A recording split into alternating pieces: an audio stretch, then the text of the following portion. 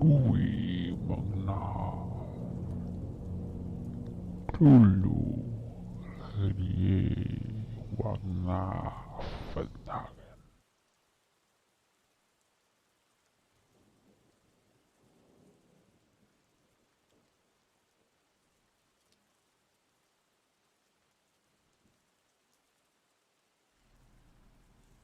Welcome to the fold.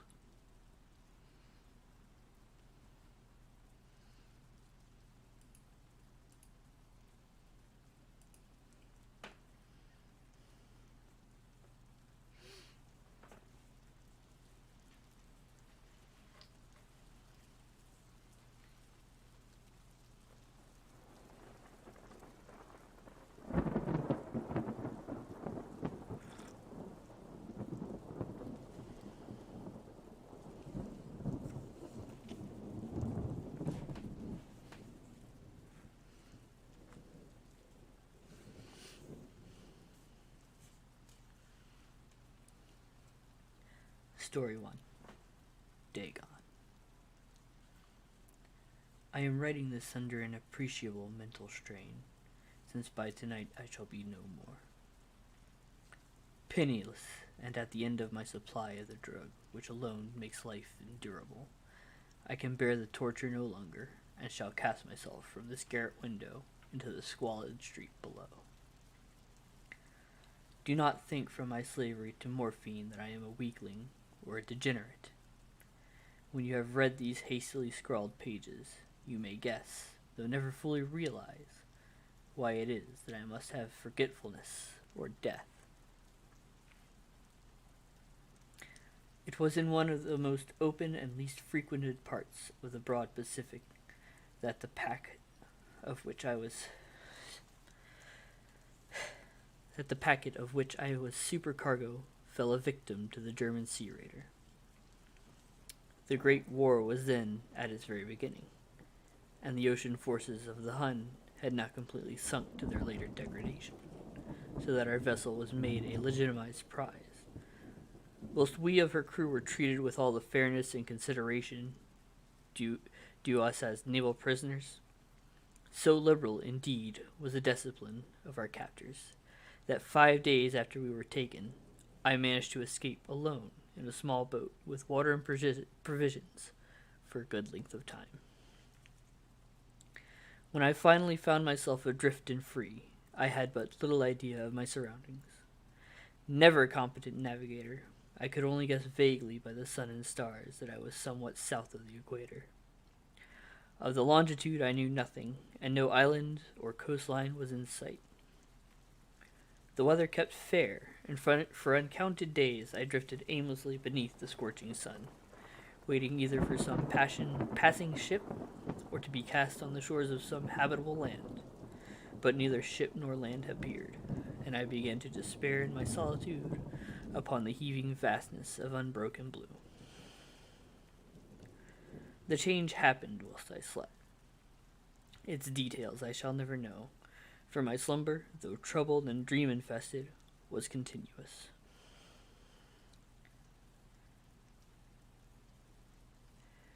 When at last I awaked, it was to discover myself half sucked into a slimy expanse of hellish black mire, which extended about me in monotonous undulations as far as I could see, and in which way my boat lay grounded some distance away.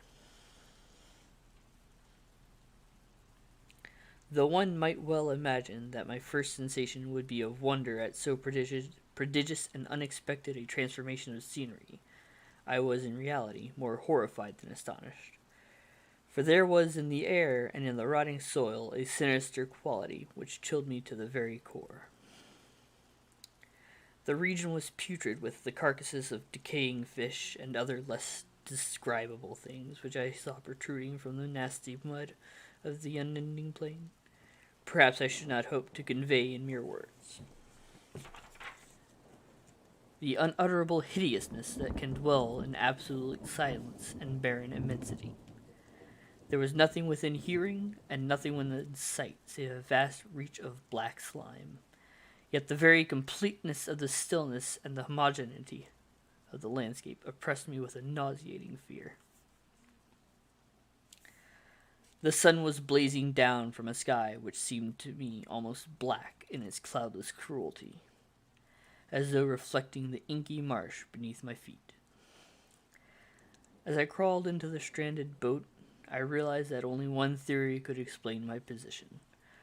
Through some unprecedented volcanic upheaval, a portion of the ocean floor must have been thrown to the surface, exposing regions which for innumerable millions of years had laid hidden under unfathomable watery depths. So great was the extent of the new land which had risen from beneath me, that I could not detect the faintest noise of the surging ocean, strain my ears as I might, nor were there any sea fowl to prey upon the dead things. For several hours I sat thinking or brooding in the boat, which lay upon its side and afforded a slight shade as the sun moved across the heavens. As the day progressed, the ground lost some of its stickiness and seemed likely to dry sufficiently for traveling purposes in a short time. That night I slept but a little, and the next day I made for myself a pack containing food and water, preparatory to an overland journey in search of the vanished sea and possible rescue. On the third morning I found the soil dry enough to walk upon with ease. The odor of the fish was maddening, but I was too much concerned with graver things to mind so slight an evil, and set out boldly for an unknown goal.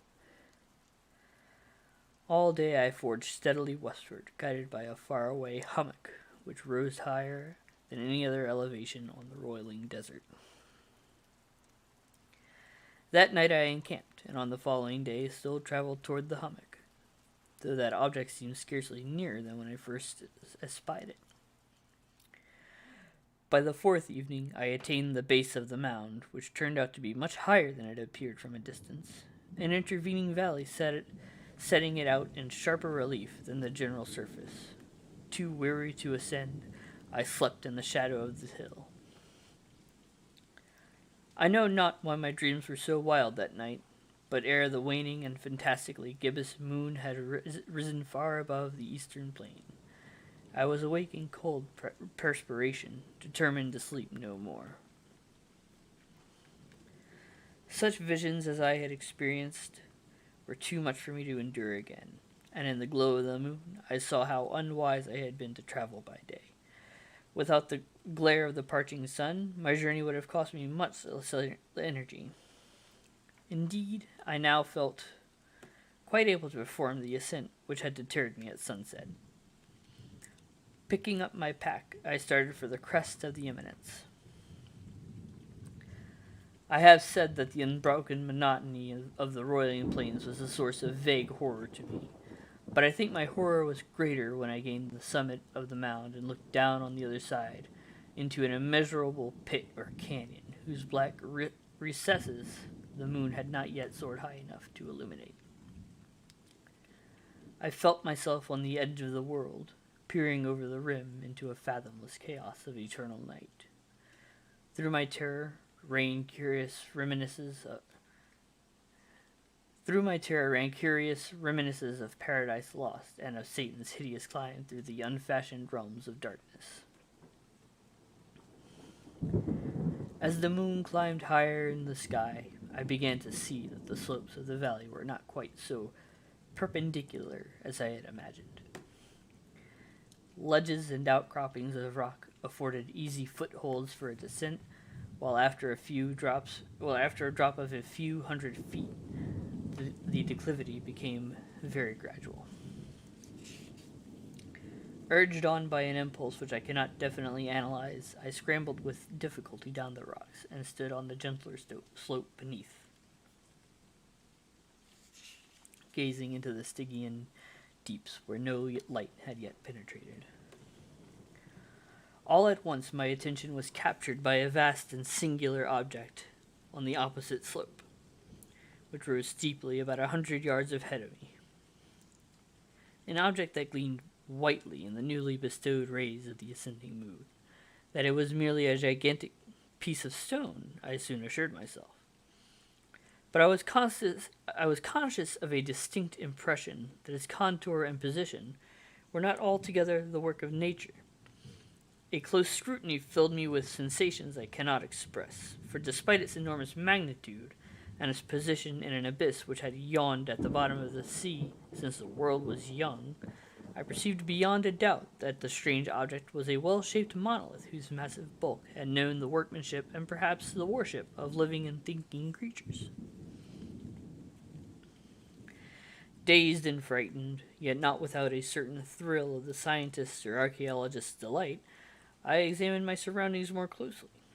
The moon, now near its zenith, shone weirdly and vividly above the towering steeps that hemmed in the chasm, and revealed the fact that a far-flung body of water flowed at the bottom, winding out of sight in both directions, and almost lapping my feet as I stood on the slope.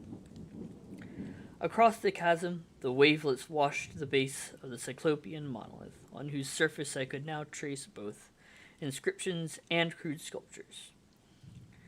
The writing was in a system of hieroglyphics unknown to me, and unlike anything I had ever seen in books, consisting for the most part of conventionalized aquatic symbols, such as fishes, eels, octopi, crustaceans, mollusks, whales, and the like.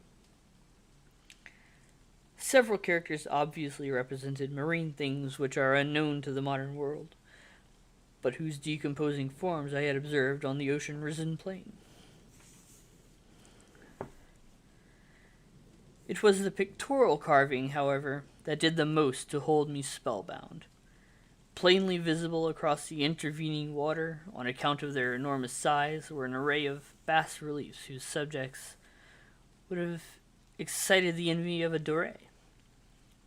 I think that these things were supposed to depict men, at least a certain sort of men, though the creatures were shown disporting like fishes in the water of some marine grotto, or paying homage at some monolithic shrine, which appeared to be under the waves as well.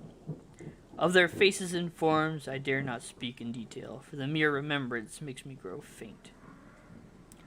Grotesque beyond the imagination of a Poe or Bulwer, they were damnably human in general outline, despite the webbed hands and feet, shockingly wide and flabby lips, glassy, bulging eyes, and other features less pleasant to recall. Curiously enough, they seem to have been chiseled badly out of a proportion with their scenic background.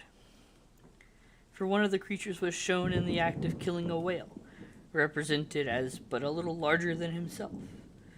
I remarked, as I say, their grotesqueness and strange size, but in a moment decided that they were merely the imaginary gods of some primitive fishing or seafaring tribe.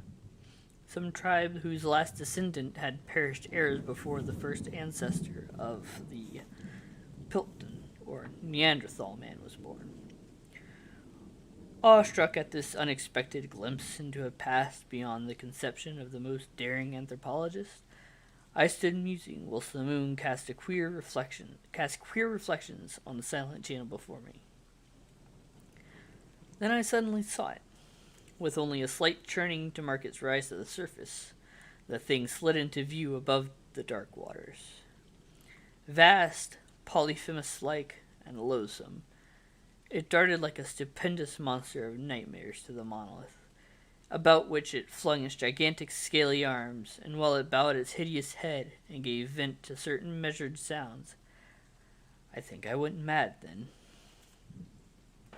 Of my frantic ascent of the slope and cliff, and of my delirious journey back to the stranded boat, I remember little. I believe I sang a great deal, and laughed oddly when I was unable to sing. I have indistinct recollections of a great storm some time after I reached the boat. At any rate, I know that I heard peals of thunder and other tones which nature utters only in her wildest moods. When I came out of the shadows, I was in a San Francisco hospital, brought thither by a captain of the American ship which had picked up my boat in mid-ocean. In my delirium I had said much, but found that my words had been given scant attention.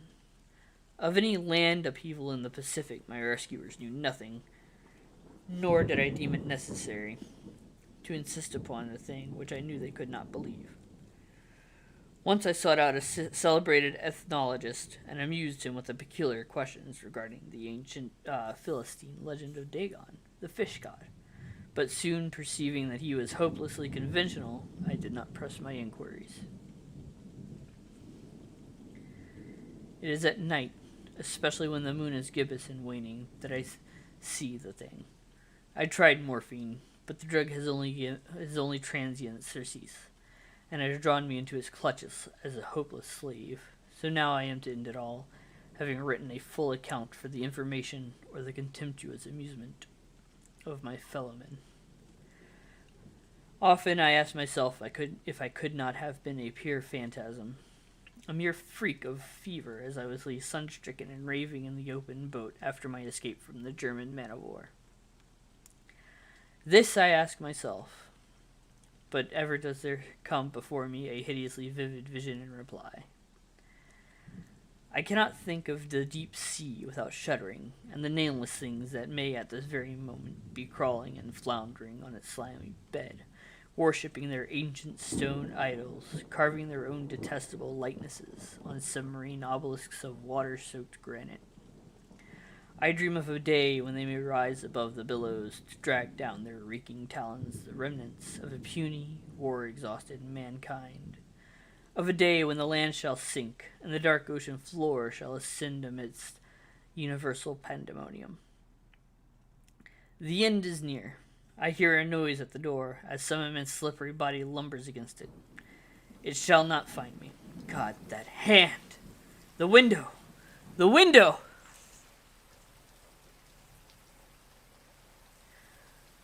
Story 2. Nyarlathotep. Nyarlathotep. The crawling chaos. I am the last. I will tell the audient void. I do not recall distinctly when it began, but it was months ago. The general tension was horrible.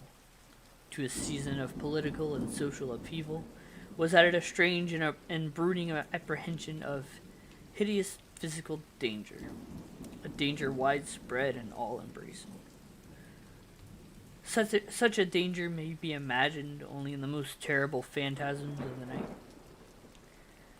I recall that the people went about with the pale and worried faces, and whispered warnings and prophecies which no one dared continuously repeat or acknowledge to himself that he had heard.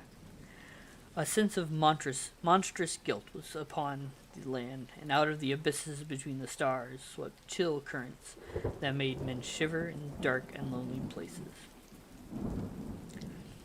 There was a demoniac alteration in the sequence of the seasons. The autumn heat lingered fearsomely, and everyone felt that the world, and perhaps the universe, had passed from the control of known gods or forces to that of gods or forces which were unknown.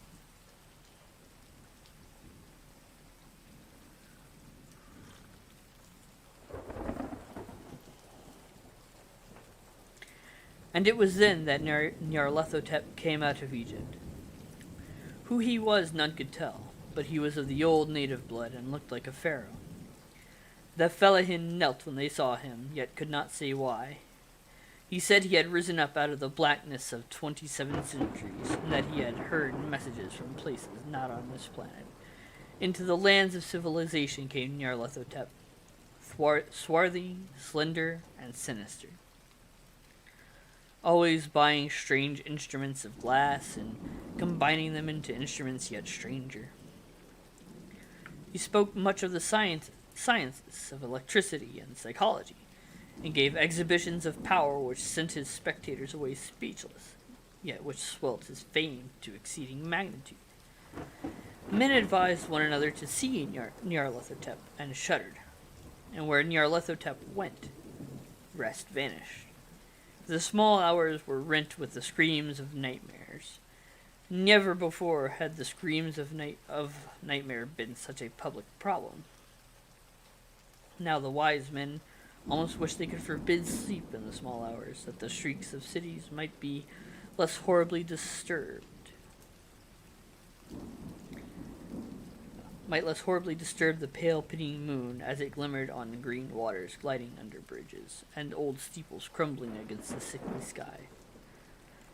I remember when Nyarlathotep came to my city. The great, the old, the terrible city of unnumbered crimes. My friend had told me of him, and of how impelling, and of the impelling fascination and allurement of his revelations, and I burned with eagerness to explore his uttermost mysteries. My friend said they were horrible, and impressive beyond my most fevered imaginings. That what was thrown on a screen in the darkened room prophesied things none but Nyarlathotep dared prophesy, and that in the sputter of his sparks there was a taken from men that which had never been taken before, yet which showed only in the eyes. And I heard it hinted abroad that those who knew Nyarlathotep looked on sights which others saw not.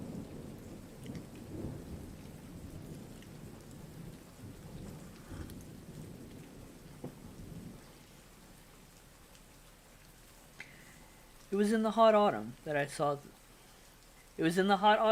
went through the night with the restless crowds to see Nyarlathotep, through the stifling night and up the endless stairs into the choking room.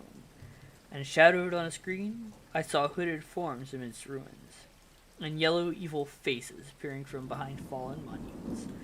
And I saw the world battling against blackness, against the waves of destruction from ultimate space, whirling, churning, struggling around the dimming, cooling sun.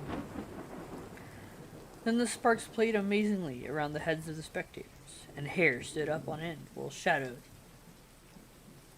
more grotesque than I can tell, came out and squatted on the heads.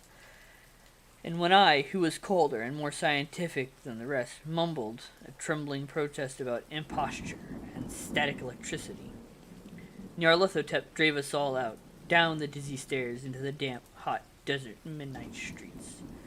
I screamed aloud that I was not afraid, that I never could be afraid, and others screamed with me for solace. We swear to one another that the city was exactly the same, and still alive, and when the electric lights began to fade, we cursed the company over and over again, and laughed at the queer faces we made. Oh, hey, buddy. How you doing?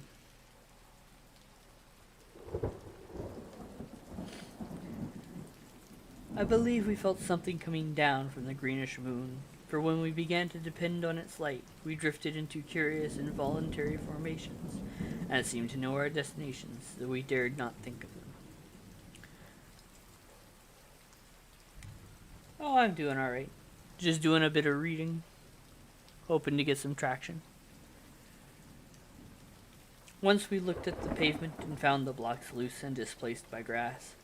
With scarce a line of rusted metal to show where the tramways had run, and again we saw a tramcar, lone, windowless, dilapidated, and almost on its side. When we gazed around the horizon, we could not find the third tower by the river, and noticed that the silhouette of the second tower was ragged at the top. Then we split up into narrow columns, each of which seemed to draw in a different direction. One disappeared in a narrow alley to the left, leaving only the echo of a shocking moan. Another filed down a weed-choked subway entrance, howling with laughter that was mad. My own column was sucked toward the open country, and presently felt a chill that was not of the hot autumn. For as we stalked out on the dark moor, we beheld around us the hellish moon glitter of evil snows. Trackless, inexplicable snows, swept asunder in one direction only, where lay a gulf, all the blacker for its glittering walls. The column seemed very thin indeed as it plodded dreamily into the gulf.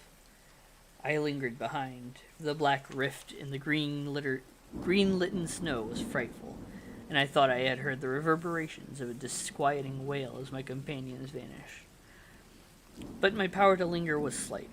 As if beckoned by those who had gone before, I half floated between the titanic snowdrifts, quivering and afraid, into the sightless vortex of the unimaginable. Screamingly sentient, dumbly delirious, Only the gods that were could tell. A sick-ended, sensitive shadow writhing in the hands that were not hands, and whirled blindly past ghastly midnights of rotting creation. Corpses of dead worlds with sores that were cities, charnel winds that brushed the pallid stars and made them flicker low. Beyond the worlds, vague ghosts of monstrous things, half-seen columns of unsanctified temples that rest on nameless rocks beneath space and reach up to dizzy vacua above the spheres of light and darkness. And through the revolting graveyard of the universe, the muffled, maddening beats of drums and thin, monotonous whines of blasphemous flutes from inconceivable, unlighted chambers beyond time. The detestable pounding and piping of whereunto dance slowly, awkwardly, and absurdly the gigantic, tenebrous, ultimate gods, the blind, voiceless, mindless gargoyles, whose soul is Nyarlathotep.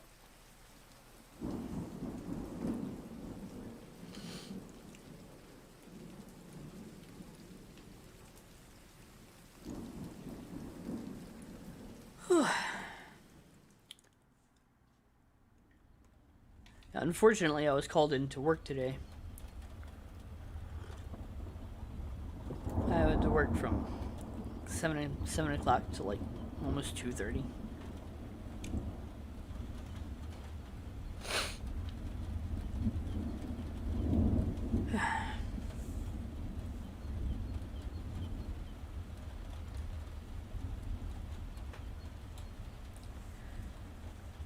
Story 3. The Nameless City. When I drew nigh the nameless city, I knew it was accursed. I was traveling in a parched and terrible valley under the moon, and afar I saw it protruding uncannily above the sands, as part of a corpse may protrude from an ill-made grave.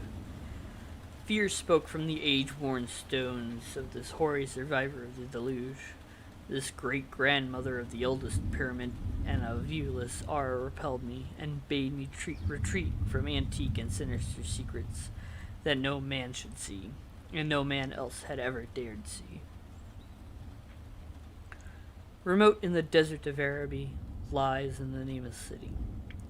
Crumbling and inarticulate, its low walls nearly hidden by the sands of uncounted ages. It must have been thus before the first stones of Memphis were laid, and while the bricks of Babylon were yet unbaked. There is no legend so old as to give it a name, or to recall that it was ever alive, but it is told of in whispers around campfires, and muttered about by grandmas in the tents of sheiks. There's 6. So that all the tribes shun it without wholly knowing why. It was of this place that Abdul Ahrazed, the mad prophet, dreamed on the night before he sang his unexplainable couplet. That is not dead which can eternal lie, and with strange aeons even death may die.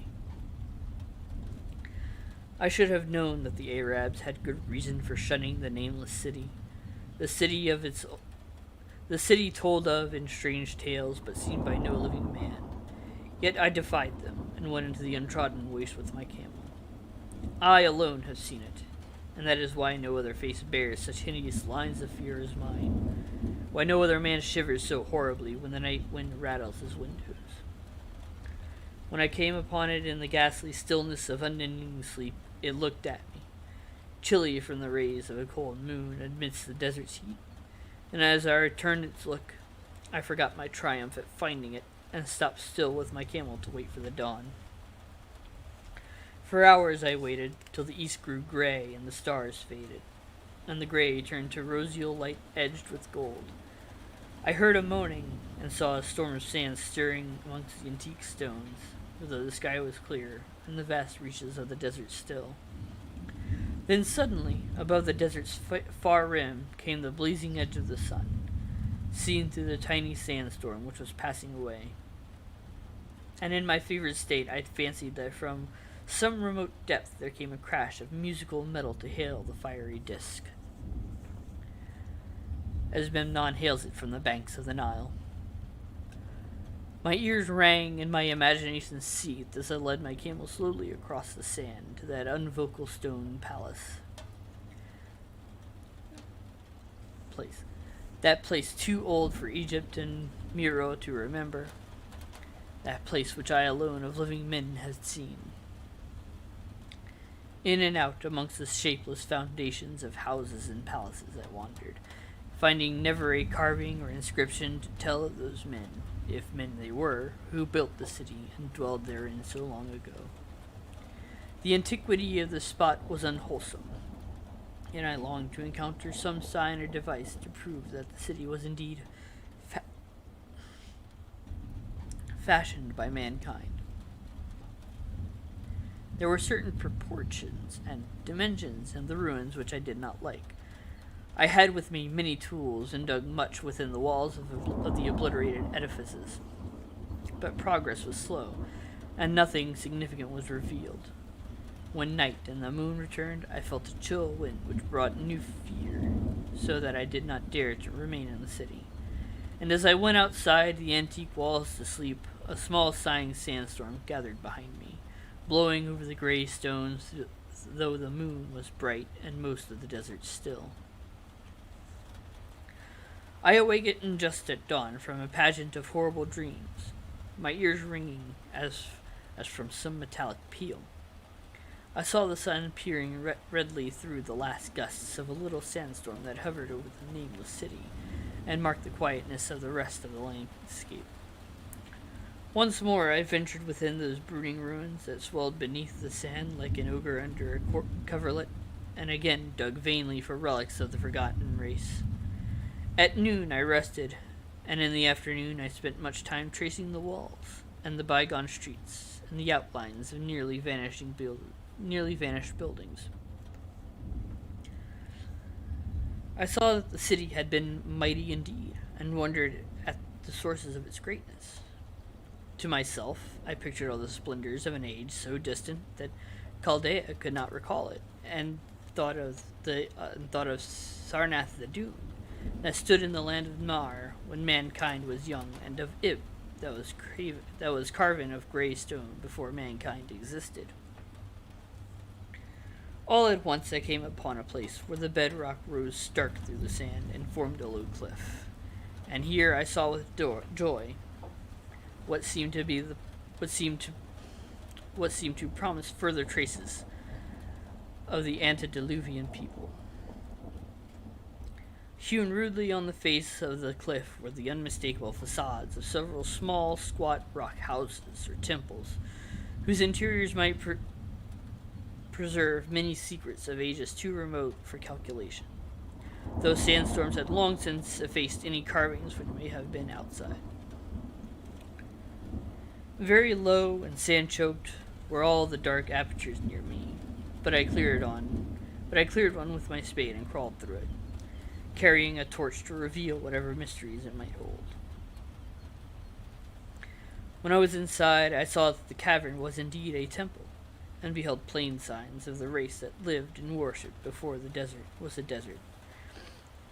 Primitive altars, pillars, and niches, all curiously low, were not absent, and though I saw no sculptures nor frescoes, there were many singular stones,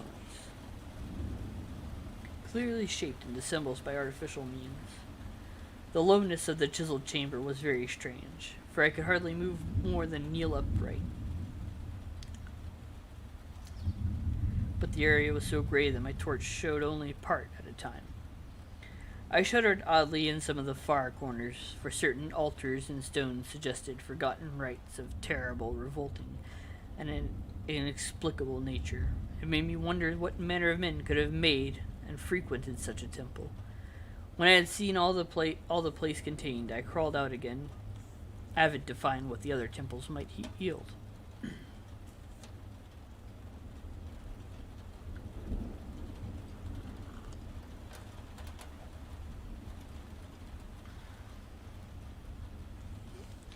Night had now approached, yet the tangible things I had seen made curiosity stronger than fear, so that I did not flee from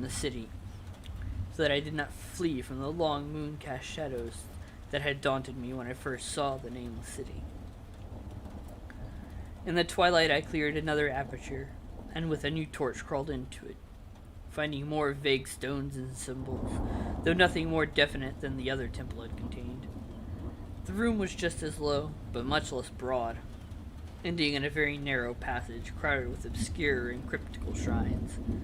About these shrines I was prying when the noise of a wind and of my camel outside broke through the stillness and drew me forth to see what could have frightened the beast. The moon was gleaming vividly over the primeval ruins, lighting a dense cloud of sand that seemed blown by a strong but decreasing wind from some point along the cliff ahead of me. I knew it was this chilly, sandy wind which had disturbed the camel, and was about to lead him to a place of better shelter when I chanced to glance up and saw that there was no wind atop the cliff.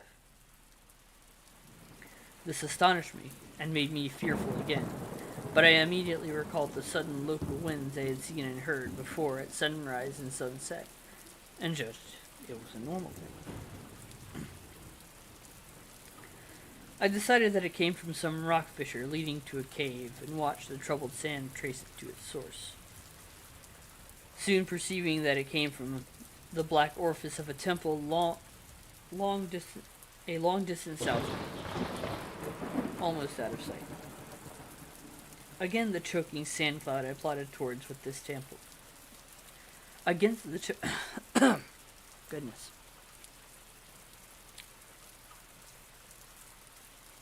Excuse me.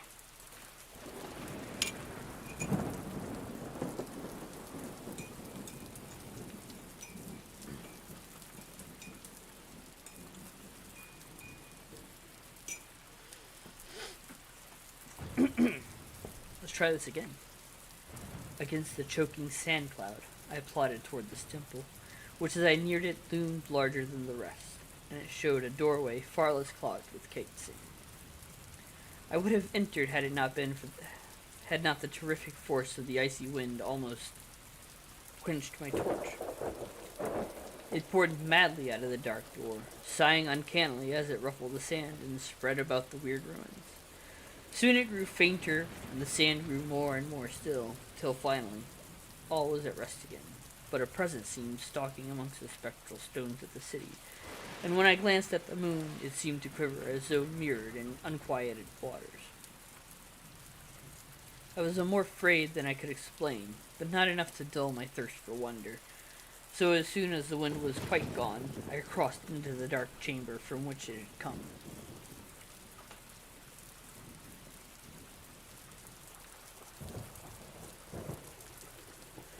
This temple, as I had fancied from the outside, was larger than those I had visited before. It was presumably a natural cavern, since it bore winds from some region beyond.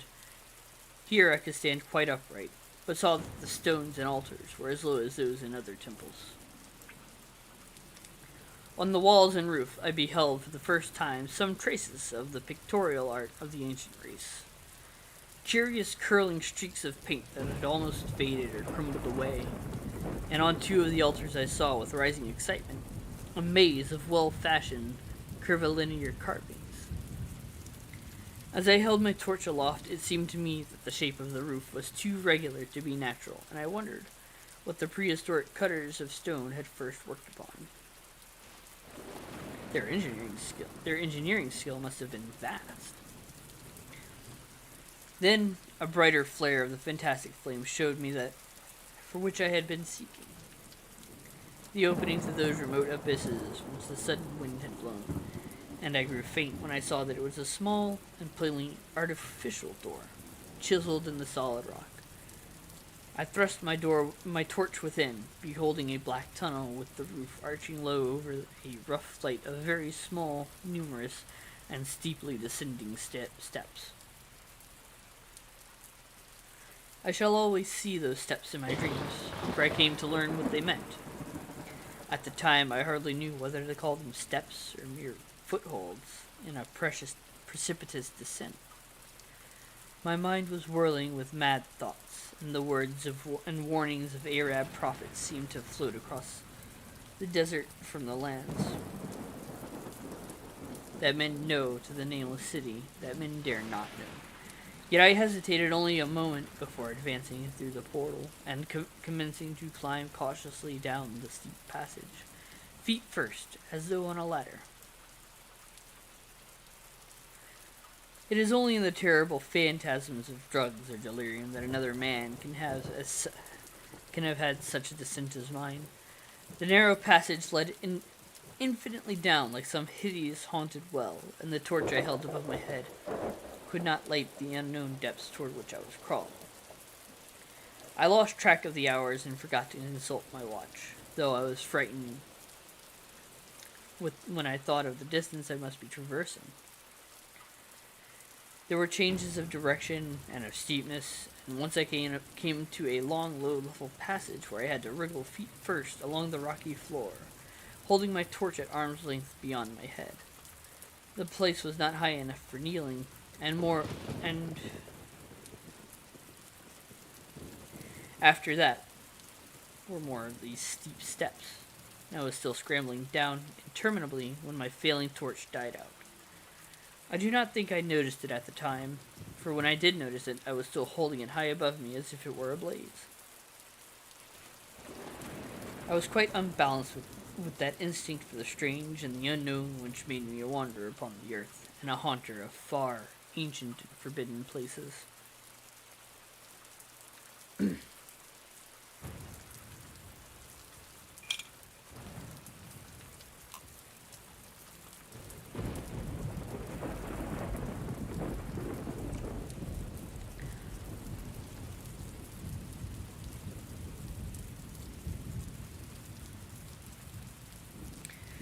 In the darkness there flashed before my mind fragments of my cherished treasury of demonic lore. Sentences from Alzara the Mad Arab, paragraphs from the apocryphal nightmares of Damascus, and infamous lines from the delirious Image du Monde of Gauthier de Metz. I repeated queer extracts and muttered of Afrasiab and the daemons that floated down with him down the Oxus, later chanting over and over again a phrase from one of Lord Dunsany's tales, the unreverberate blackness of the abyss. Once, when the descent grew amazingly steep, I recited something in sing-song from Thomas More until I feared to recite more. A reservoir of darkness, black as witches' cauldrons are, when filled with moon drugs and the eclipse have distilled. Leaning to look if foot might pass down through the chasm I saw beneath as far as vision could explore. The jetty sides as smooth as glass, looking as if just varnished door.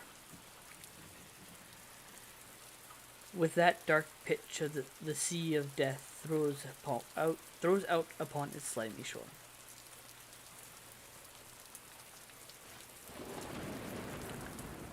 Time had quite ceased to exist when my feet felt the leveled floor, and I found myself in a place slightly higher than the rooms and the two smaller temples now, so incalculably far above my head. I could not quite stand, but could kneel upright, and in the dark I shuffled and crept hither and thither at random. I soon knew that I was in a narrow passage whose walls were lined with cases of wood having glass fronts. And as in that Paleozoic and abysmal place I felt of such things as polished wood and glass, I shuddered at the possible implications. The cases were apparently arranged along each side of the passage at regular intervals, and were oblong and horizontal, hideously like coffins in shape and size. When I tried to move two or three for further examination, I found that they were firmly fastened. I saw that the passage was a long one, so floundered ahead rapidly in a creeping run that would have seemed horrible had any eye watched me in the blackness, crossing from side to side occasionally to feel my surroundings and be sure the walls and rows of cases still stretched on. Man is so used to thinking visually that I almost forgot the darkness and pictured the endless corridor of wood and glass and its low studded monotony as though I saw it. And then, in a moment of indescribable emotion, I did see it. Just when my fancy merged into real sight, I cannot tell, but there came a gradual glow ahead, and all at once I knew that I saw the dim outlines of the corridor and the cases revealed by some unknown subterranean phosphorescence. For a little while all was exactly as I had imagined it, since the glow was very faint, but as I mechanically kept on stumbling ahead into the stronger light, I realized that my fancy had been but feeble.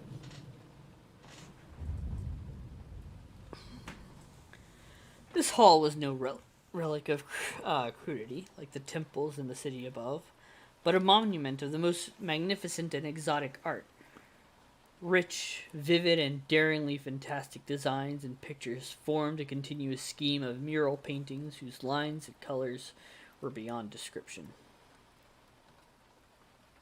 The cases were of a strange golden wood with fonts of exquisite glass, and contained the mummified forms of creatures outreaching in grotesqueness the most chaotic dreams of man. To convey any idea of these monstrosities is impossible. They were of the reptile kind, with body lines suggesting sometimes the crocodile, sometimes the seal, but more often nothing of which either the naturalist or the paleontologist ever heard. In size they approximated a small man, and their forelegs bore delicately and evidently flexible feet, curiously like human hands and fingers. But strangest of all were their heads, which presented a contour violating all known biological principles. To nothing can such things be well compared. In one flash I thought of comparisons as varied as the cat, the bulldog, the mythic satyr, and the human being. Not Jove himself had so colossal and protuberant a forehead, yet the horns and noselessness and the alligator-like jaw placed the things outside all established categories. I debated for a time on the reality of the mummies, half suspecting they were artificial idols, but soon decided they were indeed some Paleogean species which had lived when the nameless city was alive. To crown their grotesqueness, most of them were gorgeously enrobed in the costliest of fabrics, and lavishly laden with ornaments of gold, jewels, and unknown shining metals. The importance of these crawling creatures must have been vast, for they held first place among the wild designs in the frescoed walls and ceiling. With matchless skill had the artists drawn them in a world of their own, wherein they had cities and gardens fashioned to suit their dimensions, and I could not but think that their pictured history was allegorical, perhaps showing the progress of the race that worshipped them. These creatures, I said to myself, were to the men of the nameless city what the she-wolf was to Rome, or some totem beast is to a tribe of Indians. Holding this view, I thought I could trace roughly a wonderful epic of the nameless city, the tale of a mighty sea-coast metropolis that ruled the world before Africa rose out of the waves, and of its struggles as the sea shrank away and the desert crept into the fertile valley that held it. I saw its wars and triumphs, its troubles and defeats, and afterward its terrible fight against the desert when thousands of its people, here represented in allegory by the grotesque reptiles, were driven to chisel their way down through the rocks in some marvelous manner to another world whereof their prophets had told them. It was all vividly, weirdly, and realistic, and its connection with the awesome descent I had made was unmistakable. I even recognized the passages. As I crept along the corridor toward the brighter light, I saw later stages of the painted epic. The leave-taking of the race that had dwelt in the nameless city and the valley around for 10 million years. The race whose souls shrank from quitting scenes their bodies had known so long, where they had settled as nomads in the earth's youth, hewing in the virgin rock those primal shrines at which they never ceased to worship. Now that the light was better, I studied the pictures more closely, and, remembering that the strange reptiles must represent the unknown men, pondered upon the customs of the nameless city. Many things were peculiar and inexplicable. The civilization, which included a written alphabet, had seemingly risen to a higher order than those immeasurably later civilizations of Egypt and Chaldea. Yet they were curious omissions. I could, for example, find no pictures to represent deaths or funeral customs, save such as were related to wars, violence, and plagues, and I wondered at the reticence shown concerning unnatural death. It was as though an ideal of earthly immortality had been fostered as a cheering illusion. Still nearer the end of the passage were painted scenes of the utmost picturesqueness and extravagance, contrasted views of the nameless city in its desertion and growing ruin, and of the strange new realm or paradise to which this race had hewn its way through the stone.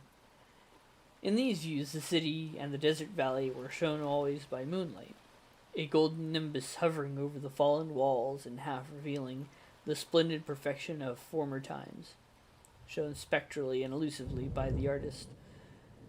The paradisal scenes were almost too extravagant to be believed, portraying a hidden world of eternal day filled with glorious cities and ethereal hills and valleys.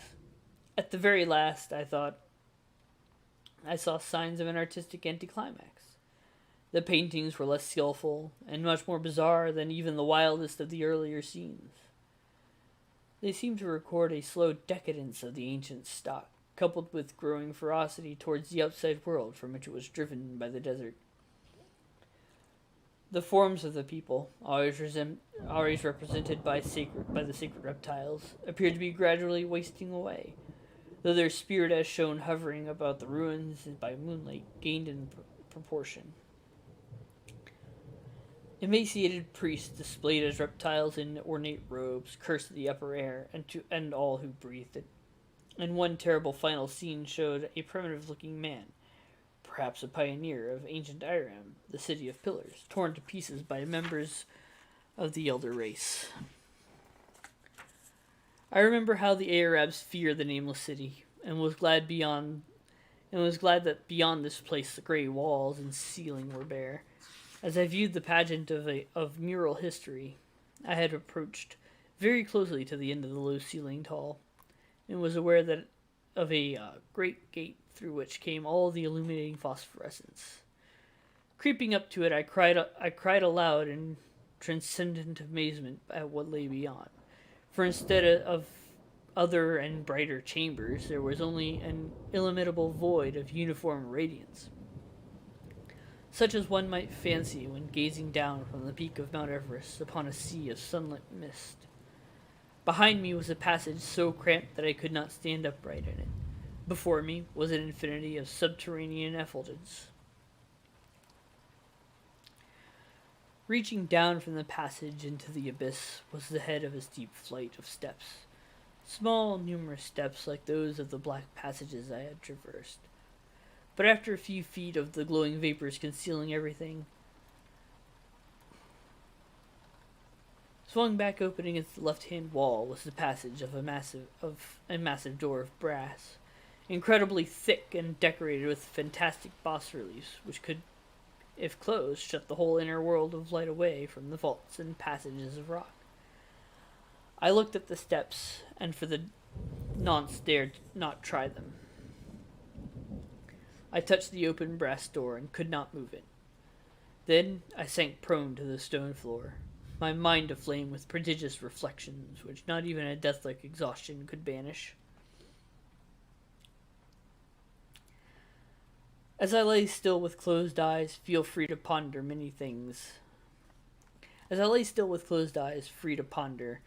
many things I had lightly noted in the frescoes came back to me with new and terrible significance. Scenes representing the nameless city in its heyday, the vegetation of the valley around it, and the distant lands with which its merchants traded. The allegory of the crawling creatures puzzled me by its universal prominence, and I wondered that it should be so closely followed in a pictured history of such importance. In the frescoes, the nameless city had been shown in proportions fitted to the reptiles. I wondered what its real proportions and magnificence had been, and reflected a moment on certain oddities I had noticed in the ruins. I thought curiously of the lowness of the primal temples and of the underground corridor, which were doubtless hewn thus out of deference to the reptile deities that there honored, though it perforce reduced the worshippers to crawling. Perhaps the very rites had involved a crawling in imitation of the creatures. No religious theory, however, could easily explain why the level passage in that awesome descent should be as low as the temples, or lower, since one could not even kneel. As I thought of the crawling creatures whose hideous mummified forms were so close to me, I felt a new throb of fear. Mental associations are curious, and I shrank from the idea that except for the poor primitive man torn to pieces in the last painting, mine was the only human form amidst the many relics and symbols of primordial life. But as always in my strange and roving existence, wonder soon drove out fear, for the luminous abyss that was and what it might contain presented a problem worthy of the greatest explorer. That a weird world of mystery lay far down that flight of peculiarly small steps that it could not doubt, and I hoped to find there those human memorials which the painted corridor had failed to give. The frescoes had pictured unbelievable cities, hills, and valleys in this lower realm, and my fancy dwelt on the rich and colossal ruins that awaited me. My fears indeed concerned the past rather than the future. Not even the physical horror of my position in that cramped corridor of dead reptiles and antediluvian frescoes. Miles below the world I knew and faced by another world of eerie light and mist could match the lethal dread I felt at the abysmal antiquity of the sea and its soul. An ancientness so vast that measurement is feeble seemed to leer down from the primal stones and rock-hewn temples in the nameless city. While the very last of the astounding maps in the frescoes showed oceans and continents that man has forgotten, with only here and there some vaguely familiar outline. Of what could have happened in the geological aeons since the paintings ceased and the death-hating race resentfully succumbed to decay, no man might say. Life had once teemed in these caverns in the luminous realm beyond. Now I was alone with vivid relics, and I trembled to think of the countless ages through which these relics had kept a silence and silent and deserted vigil.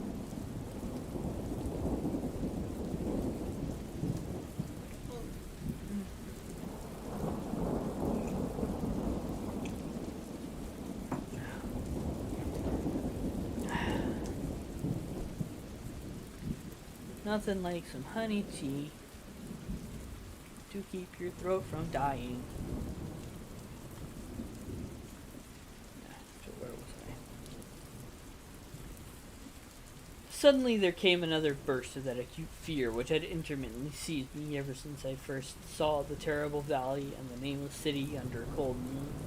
And despite my exhaustion, I found myself starting frantically to a sitting posture and gazing back along the black corridor towards the tunnels that rose to the outer world.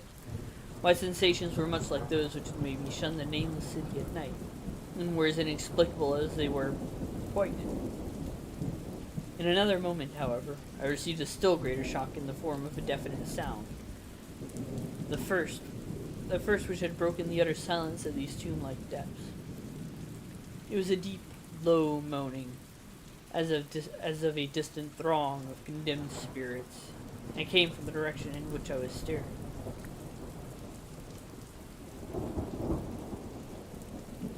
Its volume rapidly grew, till soon it reverberated frightfully through the low passage, and at the same time I became consciousness of an increasing draught of cold air, likewise flowing from the tunnels and sitting above.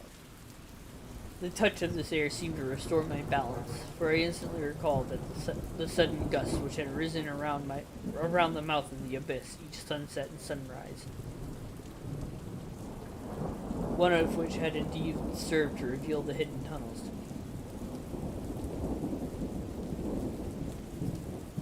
I looked at my watch and saw that sunrise was near, so braced myself to resist the gale which was sweeping down to its cavern home as it had swept forth at evening. My fear again waned low, since a natural phenomenon tends to dispel broodings over the unknown. More and more madly poured the streaking, moaning night wind into that gulf of the inner earth. I dropped prone again and clutched vainly at the floor for fear of being swept bodily through the open gate into the phosphorescent abyss. Such fury I had not expected, and as I grew aware of an actual slipping of my form toward the abyss, I was beset by 1,000 new terrors of apprehension and imagination. The malignancy of the blast awakened incredible fancies. Once more I compared myself shudderingly to the only other human image in that frightful corridor, the man who was torn to pieces by the nameless race, for in the fiendish clawing of the swirling currents there seemed to abide a vindictive rage all the stronger because it was largely impotent. I think I screamed frantically near the last. I was almost mad, but if I did so, my cries were lost in the hell-born babble of the howling wind rays. I tried to crawl against the murderous invisible torrent, but I could not even hold my own as I was pushed slowly and inexorably toward the unknown world. Finally, reason must have wholly snapped, for I fell to babbling over and over that unexplainable couplet of the mad air of Alhazred, who dreamed of the nameless city. That is not dead, which can eternal lie, and with strange eons even death may die. Only the grim brooding desert gods know what really took place, what indescribable struggles and scrambles in the dark I endured, or what Abaddon guided me back to life, where I must always remember, and shiver in the night wind till oblivion, or worse, claims me. Monstrous, unnatural, colossal was the thing, too far beyond all the ideas of man to be believed, except that in the silent, damnable small hours when one cannot sleep. I have said that the fury of the rushing blast was infernal. Fuck that word. And his voices were hideous with the pent-up viciousness of desolate eternities. Presently those voices, while still chaotic before me, seemed to my beating brain to take articulate form behind me. And down there in the grave of unnumbered aeon-dead antiquities, leagues below the dawnlit world of men, I heard the ghastly cursing and snarling of strange-tongued fiends. Turning, I saw outlined against the luminous aether of the abyss, what could not be seen against the dusk of the corridor, a nightmare horde of rushing devils, hate-distorted, grotesquely panoplied, half-transparent, devils of a race no man might mistake, the crawling reptiles of the nameless city.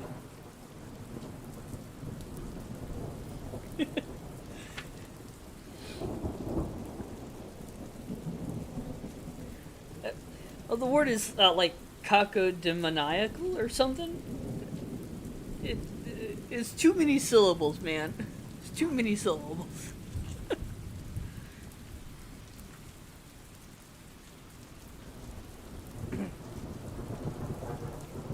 The crawling reptiles of the nameless city.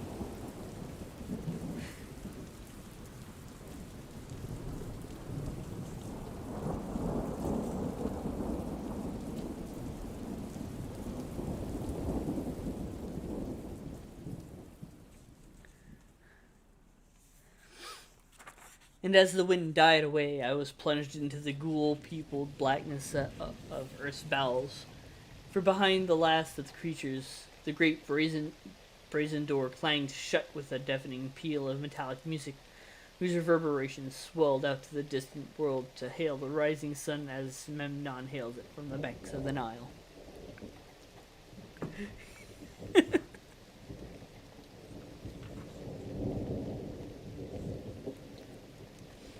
Oh, hey, we've got a twofer. Two stories, right back, one right after the other. This one is called Azathoth. I think this is story 4.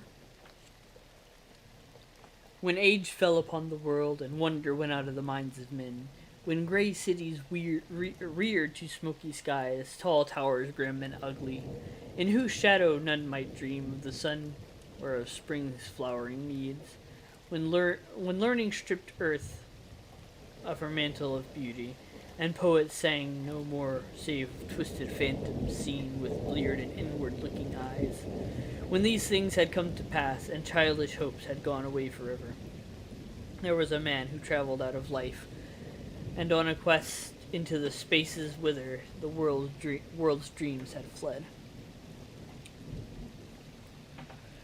Of the name and abode of this man but little is written, for they were of the waking world only. Yet it is said that both were obscure. It is enough to know that he dwelt in a city of high walls where sterile twilight reigned, and that he toiled all day among shadow and turmoil, coming home at evening to a room whose one window opened not on the fields and groves, but on a dim court where other windows stared in dull despair. From that casement one might only see walls and windows, except sometimes when one leaned far out and peered aloft at the small stars that passed.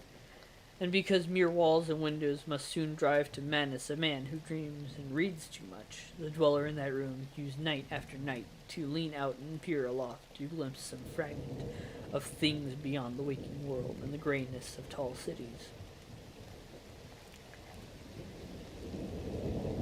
Arbet. After years you began to call the slow-sailing stars by name, and to follow them in fancy when they glided regretfully out of sight, till at length his vision opened to many secret vistas, whose existence no common eye suspects.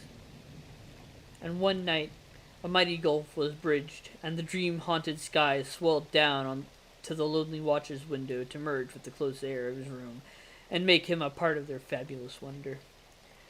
There came to that room wild streams of violet midnight glittering with dust of gold, vortices of dust and fire swirling out of the ultimate spaces and heavy with the perfumes from beyond the worlds. Opiate oceans poured there, litten by the suns the eye may never behold, and having in their whirlpools strange dolphins and sea nymphs of unrememberable deeps. Noiseless infinity eddied around the dreamer and wafted him away without even touching the body that leans stiffly from the lonely window. And for days not counted in men's calendars, the tides of far spheres bear him gently to join the dreams for which he longed. The dreams that men have lost, and in the course of many cycles they tenderly left him sleeping on a green sunrise shore, a green shore fragrant with lotus blossoms, and starred by red camelots.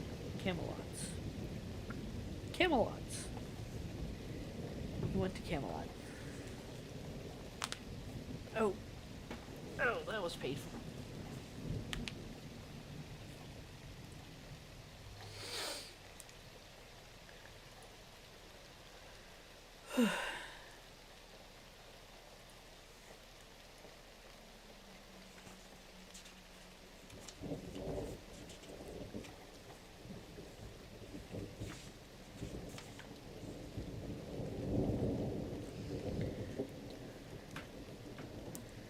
Alright, I think I'm going to read one, maybe two more, and then after that I'm going to call it a night.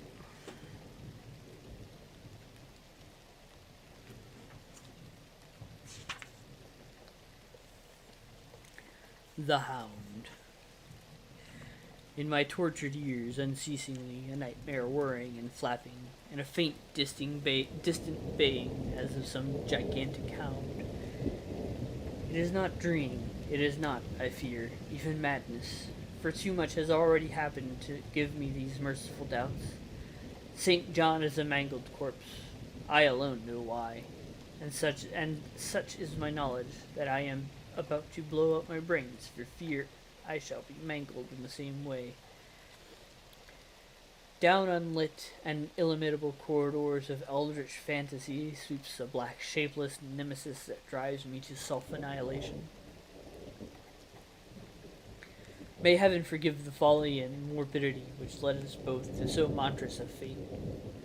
Wearied with the commonplaces of a prosaic world where even the joys of romance and adventure soon grow stale, St. John and I had followed enthusiastically every aesthetic and intellectual movement which promised respite from our devastating ennui. The enigmas of the symbolists and the ecstasies of the pre-Raphaelites all were ours in their time, but each new mood was drained too soon of its diverting novelty and appeal.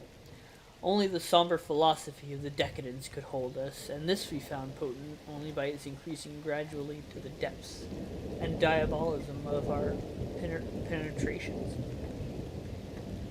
Baudelaire and Huysmans were soon exhausted of this thrill, till finally there remained for us only the more direct stimuli of unnatural personal experiences and adventures.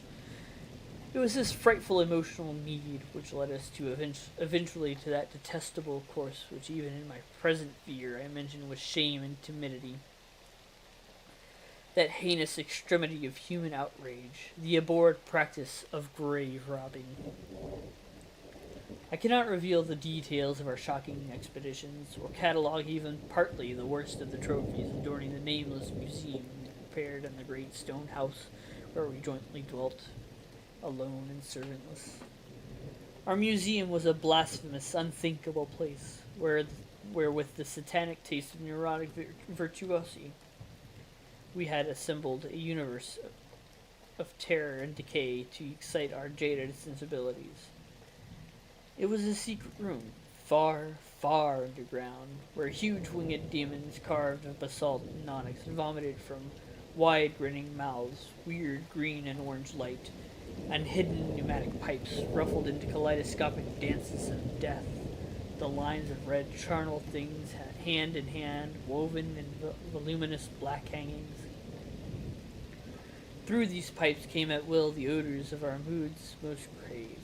Sometimes the scent of pale funeral lilies, sometimes the narcotic incense of imagined eastern shrines of the kingly dead, and sometimes, how I shudder to recall it, the frightful soul-upheaving stenches of the uncovered grave.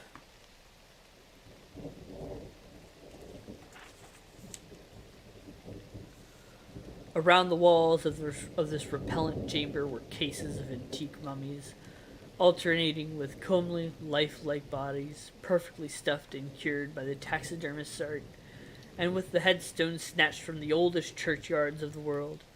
Niches here and there contained skulls of all shapes, and heads preserved in various stages of dissolution. There one might find the rotting, bald pates of famous noblemen, and the fresh, radiantly golden heads of new buried children. Statues and paintings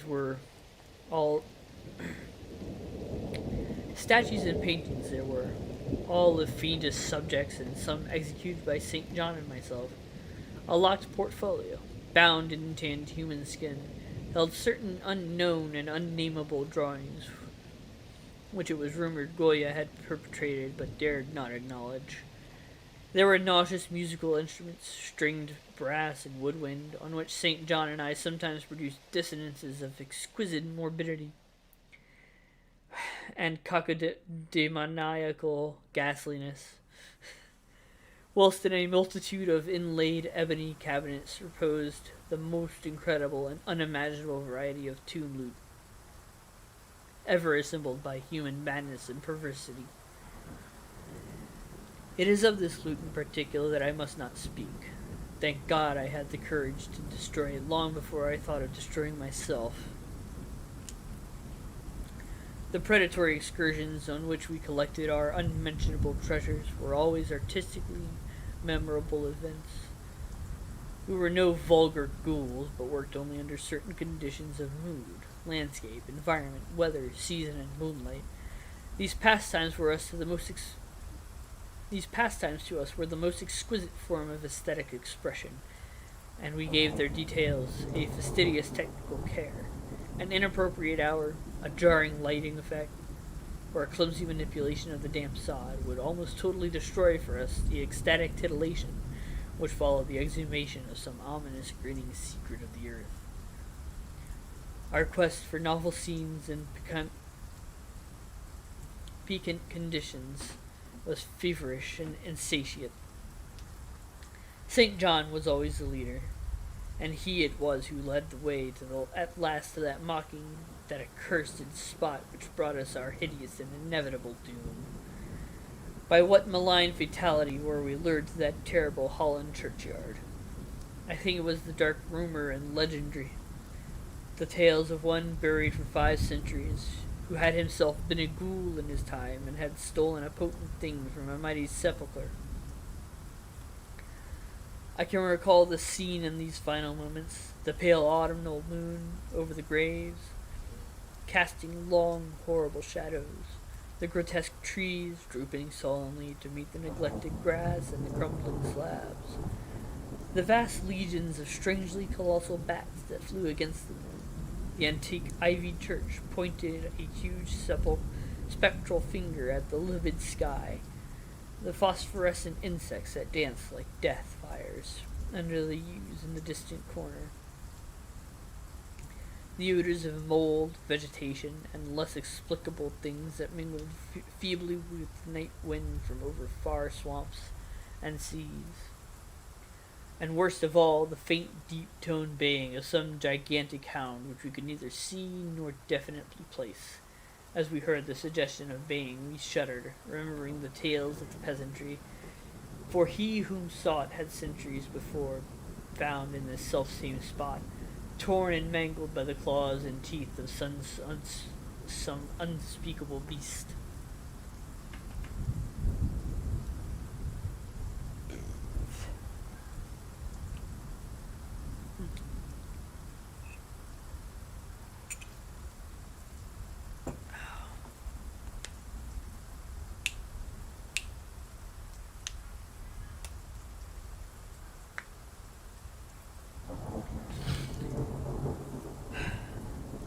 I remember how we delved in the school's grave with our spades, and how we thrilled at the picture of ourselves, the grave, the pale watching moon, the horrible shadows, the grotesque trees, the titanic bats, the antique church, the dancing death fires, the sickening odors, the gently moaning night wind, and the strange, half-heard, directionless baying, of whose objective existence we could scarcely be sure. Then we struck a substance harder than the damp mold, and beheld a rotting oblong box crusted with mineral deposits from the long undisturbed ground. It was incredibly tough and thick, but so old that we finally pried it open and feasted our eyes on what it held. Much, amazingly much, was left of the object despite the lapse of 500 years. The skeleton, though crushed in places by the jaws of the thing that had killed it, held together with surprising firmness, and we gloated over the clean white skull and its long, firm teeth, and its eyeless sockets that had once glowed with a charnel fever like our own. In the coffin lay an amulet of curious and exotic design, which had apparently been worn around the sleeper's neck. It was the oddly conventionalized figure of a crouching winged hound, or sphinx with a semi-canine face, and was exquisitely carved in antique oriental fashion from a small piece of green jade. The expression on its face was repellent in the extreme, savoring at once of death, bestiality, and malevolence. Around the base was an inscription in characters which neither St. John nor I could identify, and on the bottom, like a maker's seal, was graven a grotesque and formidable skull. Immediately upon beholding this amulet, we knew that we must possess it, that this treasure alone was our logical pelf from the century grave. Even had its outlines been unfamiliar, we would have desired it, but as we looked more closely, we saw that it was not wholly unfamiliar. Alien it indeed was to all art and literature we had and balanced readers know, but we recognized it as the thing hinted of in the forbidden Necronomicon of the mad Arab Abdul al-Harazed. the ghastly soul symbol of the corpse-eating cult of the inaccessible Ling in Central Asia. All too well did we trace the sinister alignments described by the old Arab demonologist. Alignments he wrote drawn from some obscure supernatural manifestation of the souls of those who vexed and gnawed at the dead. Seizing the green jade object, we gave a last glance at the beached and cavernized face of its owner, and closed up the grave as we found it. As we hastened from that abhorrent spot, the stolen amulet in St. John's pocket, we thought that we saw the bats descend in a body to the earth we had so lately rifled, as if seeking for some curse and unholy nourishment. But the autumn moon shone weak and pale, and we could not be sure. So too, as we sailed the next day away from Holland to our home, we thought we heard the faint distant baying of some gigantic hound in the background. But autumn wind moaned, sad and waned, and we could not be sure. Less than a week after our return to England, strange things began to happen. We lived as recluses, devoid of friends, alone and without servants in a few rooms of an ancient manor house on a bleak and unfrequented moor, so that our doors were seldom disturbed by the knock of the visitor. Now, however, we were troubled by what seemed to be frequent fumblings in the night, not only around the doors, but around the windows, also upper as well as lower. Once we fancied that a large opaque body darkened the library window when the moon was shining against it. And another time we thought we heard a whirring or flapping sound not far off. On each occasion, investigation revealed nothing, and we began to ascribe the occurrences to imagination alone. That same curiously disturbed imagination was still prolonged in our ears the faint far baying we thought we had heard in the Holland churchyard. The jade amulet now reposed in a niche in our museum, and sometimes we burned strangely scented candles before it. We read much in Al-Hazred's Necronomicon about its properties, and about the relation of ghouls' souls to the objects it symbolized, and were disturbed by what we read. Then terror came.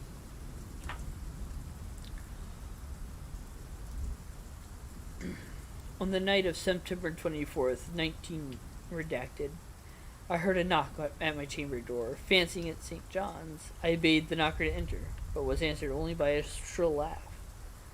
There was no one in the corridor. When I aroused St. John from his sleep, he professed entire ignorance of the event, and became as worried as I. It was that night that the faint, distant baying over the moor became to us a certain and dreaded reality. 4 days later, whilst we were both in the hidden museum, there came a low, cautious scratching at the single door which led to the secret library staircase. Our alarm was now divided, for besides our own fear of the unknown, we had always entertained a dread that our grisly collection might be discovered. Extinguishing all lights, we proceeded to the door and threw it suddenly open, whereupon we felt an uncountable rush of air, and heard, as if receding far away, a queer combination of rustling, tittering, and articulate chatter. Whether we were mad, dreaming, or in our senses, we did not try to determine. We only realized with the blackest death apprehensions that apparently the disembodied chattering was beyond a doubt in the Dutch language.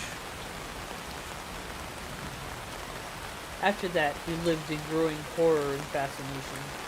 Mostly we held the theory that we were jointly going mad from our life of unnatural excitements. But sometimes it pleased us more to dramatize ourselves as the victims of some creeping and appalling doom. Bizarre manifestations were now too frequent to count. Our lonely house was seemingly alive with the presence of some malign being whose nature we could not guess. And every night that excuse me.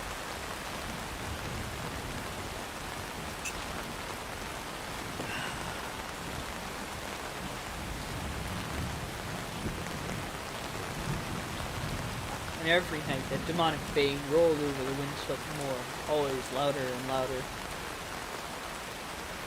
On October 29th, we found it in the soft earth underneath the library window. A series of footprints, utterly impossible to describe. They were as baffling as the hordes of great bats which haunted the old manor house in unprecedented and increasing numbers. The horror reached a culmination on November 18th when St. John, walking home after dark from the distant railway station, was seized by some frightful carnivorous thing and torn to ribbons. His screams had reached the house, and I had hastened to the terrible scene in time to hear a whir of wings and see a vague, black, cloudy thing silhouetted against the rising moon. My friend was dying when I spoke to him, and he could not answer the hearing. All he could do was whisper, "That damn thing." Then he collapsed, an inert mass of mangled flesh. I buried him the next midnight in one of our neglected gardens and mumbled into his body one of the little devilish rituals he had loved in life. And as I pronounced the last demonic sentence, I heard afar on the moor a faint baying of some gigantic hound. The moon was up, but I dared not look at it. And when I saw in the dim moor a wide nebulous shadow sweeping from mound to mound, I shut my eyes and threw myself face down upon the ground. When I arose trembling, I knew not how much later, I staggered into the house and made shocking obeisances before the enshrined image of Green Jade. Being now afraid to live alone in the ancient house on the moor, I departed on the following day for London, taking with me the amulet after destroying by fire and burial the rest of the Empress collection. But after 3 nights I heard the bang again, and before a week was over, felt strange eyes upon the winter of this dark. One evening, as I strolled on Victoria Embankment for some needed air, I saw a black shape obscured one of the reflections of the lamp in the water. A wind stronger than the night wind rushed by, and I knew that what had befallen St. John must soon befall me.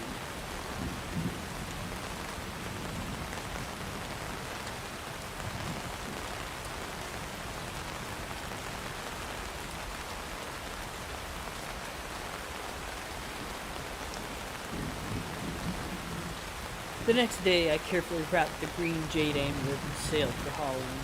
What mercy I might gain by returning the thing to its silent, sleeping owner, I knew not. But I felt that I must at least try any step conceivably logical. What that hound was and why it pursued me were questions still vague. But I had first heard the baying in that ancient churchyard, and every subsequent event, including St. John's dying whisper, had served to connect the curse with the stealing of the amulet.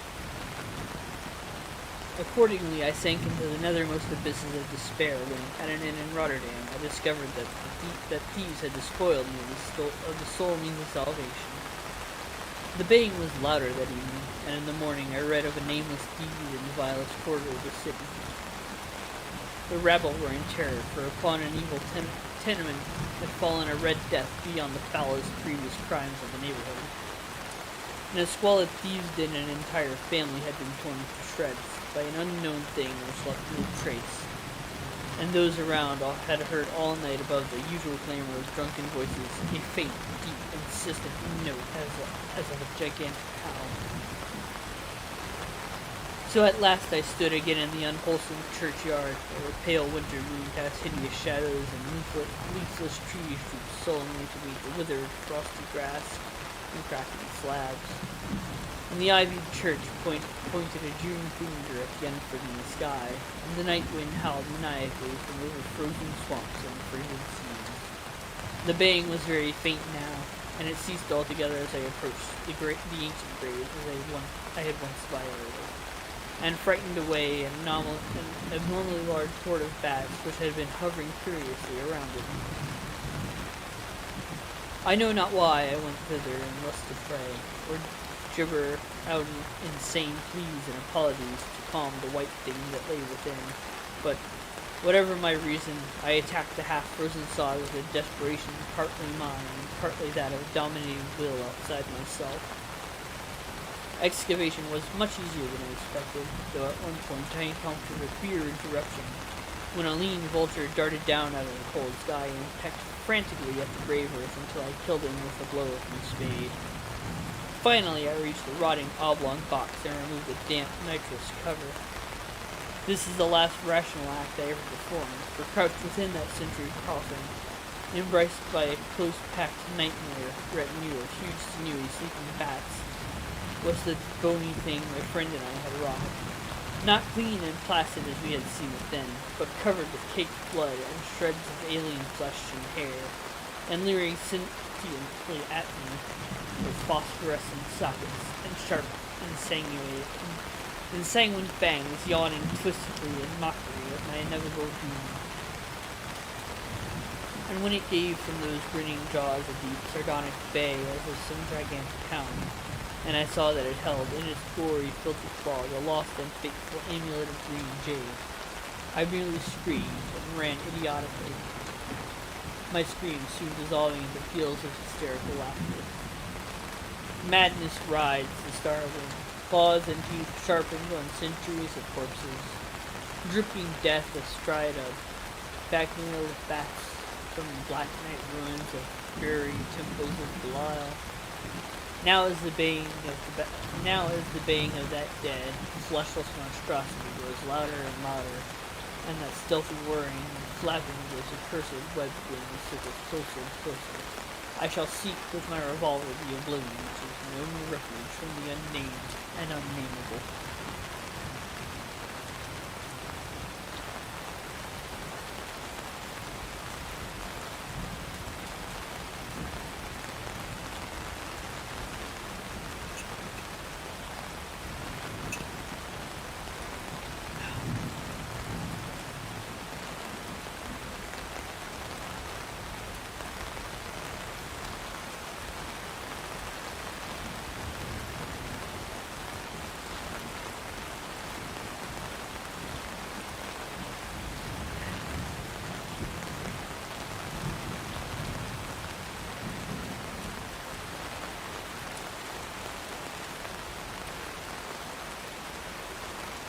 The testing.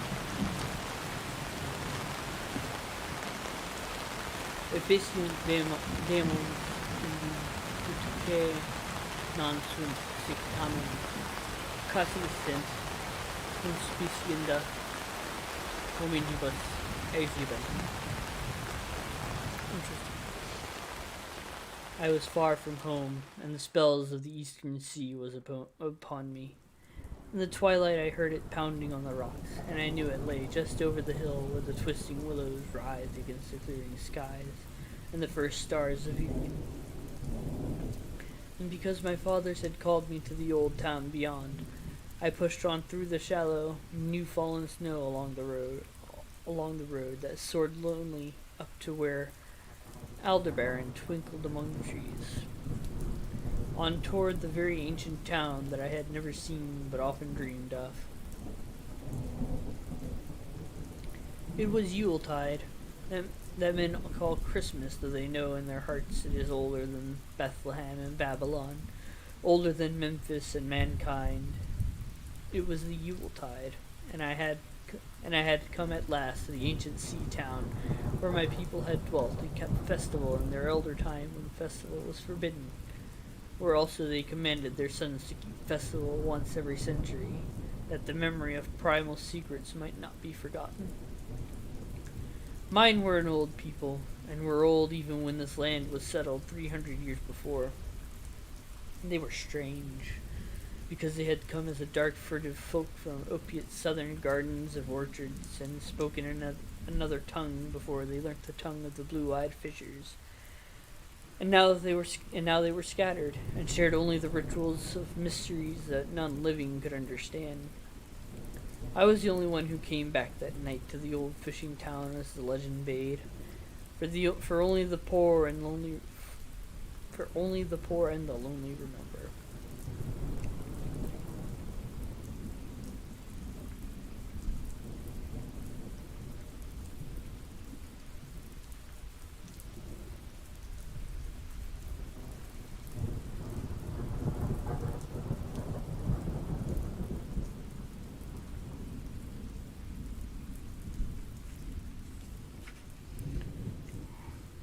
Then, beyond the hill's crest, I saw Kingsport, outspread frostily in the gloaming, snowy Kingsport with its ancient vanes and steeples. Ridge poles and chimney pots, wharves and small bridges, willow trees and graveyards, endless labyrinths of steep, narrow, crooked streets, and dizzy church-crowned central peak that the time durst not touch. Ceaseless mazes of colonial houses piled and scattered at all angles and levels like a child's disordered blocks. Antiquity hovering on the gray wings over winter-whitened gables and gambrel roofs. Fanlights and small-paned windows, one by one, gleaming out the cold dust to join Orion and the archaic stars. And again the rotting roars of the sea pounded the secretive, immemorial sea out of which people had come in the elder time. Beside the road at its crest, a still higher summit rose, bleak and windswept, and I saw that it was a burying ground where black gravestones stuck ghoulishly through the snow, like the decayed fingernails of a gigantic corpse. The printless road was very lonely, and sometimes I thought I heard a distant horrible creaking as of a gibbet in the wind. They had hanged 4 kinsmen of mine for witchcraft in 1692, but I did not know just where. As the road wound down the seaward slope, I listened for the merry sounds of a village at evening, but did not hear them. Then I thought of the season, and felt that these old Puritan folk might well have Christmas customs strange to me, and full of silent hearthside prayer. So after that I did not listen for merriment or look for wayfarers, but kept on down past the hushed lights of farmhouses and shadowy stone walls, to where the signs of ancient shops and sea taverns creaked in the salt breeze, and the grotesque knockers of pillared wood doorways glistened along the deserted, unpaved lanes in the light of little curtained windows. I had seen maps of the town and knew where to find the home of my people. I was told that I should be known and welcome, for village legend lives long. So I hastened through the back street to Circle Court, and across the fresh snow on the one full flagstone pavement in the town, to where the green lane leads off behind the market house. The old maps still held good, and I had no trouble, though at Arkham they must have lied when they said that the trolleys ran to this place, since I saw not a wire overhead. Snow would have hid the rails in any case. I was glad I had chosen to walk, for the white village had seemed very beautiful from the hill, and now I was eager to knock at the door of my people, the 7th house on the left lane in Green Lane, with an ancient peaked roof and jutting second story, all built before 1650. There were lights inside the house when I came upon it, and I saw from the diamond window panes that it must have been kept very close to its antique state. The upper part overhung the narrow grass-grown street and nearly met the overhanging part of the house opposite, so that it was almost in a tunnel, with the low stone doorstep wholly free from the snow. There was no sidewalk, but many houses had high doors reached by double flights of steps with iron railings. It was an odd scene, and because I was strange to New England, I had never known its like before. Though it pleased me, I would have relished it better if there had been footprints in the snow and people in the streets, and a few windows without drawn curtains. When I saw the archaic iron knocker, I was half afraid. Some fear had been gathering in me, but perhaps because of the strangeness of my heritage, the bleakness of the evening, and the queerness of the silence in that aged town of curious customs.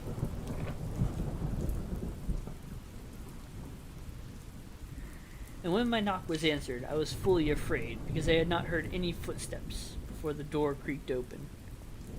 Hey, welcome back.